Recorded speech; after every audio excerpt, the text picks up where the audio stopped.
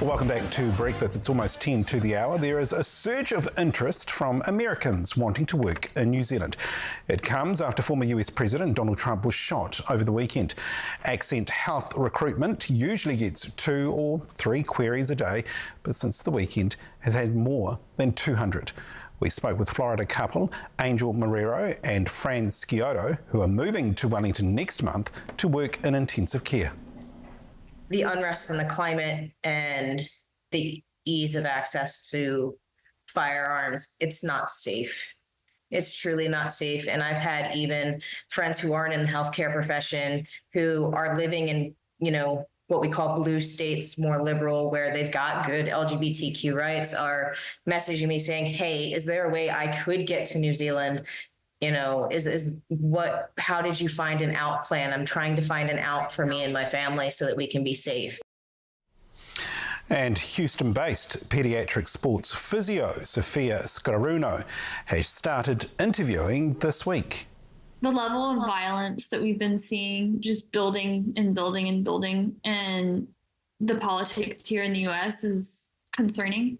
And a lot of people feel like rights are being taken away just left and right, particularly for women. So it doesn't surprise me at all that people are wanting to leave the country. Well, Accent Health Recruitment Managing Director Prudence Thompson joins us now in studio. Prudence, good morning. Good morning. Wow, 2 to 3 queries, blown to 200. Yep. At the latest count, how many have reached out to you this week? Yeah, so we've had well over 200 now. So Sunday morning, when we heard about the attempted assassination, I just went back to my home office and the inquiries started coming in. People who had made inquiries at, gentle, I'm thinking about it, like, we're going to move now. We want to come to New Zealand, bring our medical skills. And what else are they telling you in terms of wanting to come here?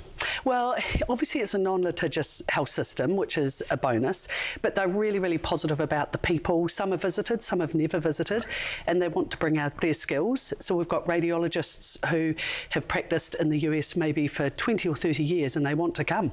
Why New Zealand? What is it about our country that attracts them here? They could choose many countries around the world, yet New Zealand seems to be top of their list. Yeah, so immigration's actually a really positive pathway to come here. The Medical Council sees their skills as being very comparable, and we've got the openings, we've got the need for healthcare professionals. I mean, there is a global shortage, they could go anywhere, but they love New Zealand, they want to be here. And in terms of that process, how easy is it, Prudence? Because we're looking at 200 that are wanting to come at this stage. Do you think you're able to bring all 200 here? Is it logistically an easier process? Yeah, it will be a bit of a knee-jerk reaction, as it is when there's an event that happens in the US, but we hope that we'll convert at least 50 of the 200 over the next 24 months. It's a long process, as they say, so it takes a while for them to get here. We have to obviously go through all the due diligence, check their medical histories, criminal histories. Obviously there's none of that for those people coming out, but make sure their clinical skills align brilliantly with New Zealand. Given the current shortage of medical staff at the moment, is there a particular need in terms of a field that New Zealand is in desperate need of?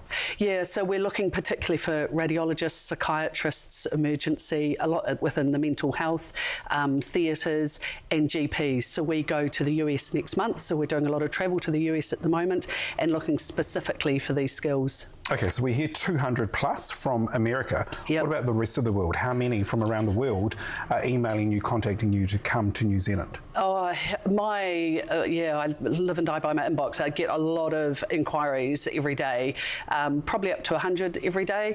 A lot of people are not comparable or not appropriate for New Zealand, so we just look at comparable health systems, UK, US, South Africa, Canada and Singapore. And do you think this spike, as you say, which is a knee-jerk reaction, will that somewhat ease, or do you think it will only flare up? I think around the time of the elections, that will flare up again, and then depending what happens with the elections, of course, we'll get some pretty amazing medical staff coming to New Zealand. Accent Health Recruitment Managing Director Prudence Thompson, always good to talk to you. Thank you for coming in. Thank you. Well, Heidi Akine coming up.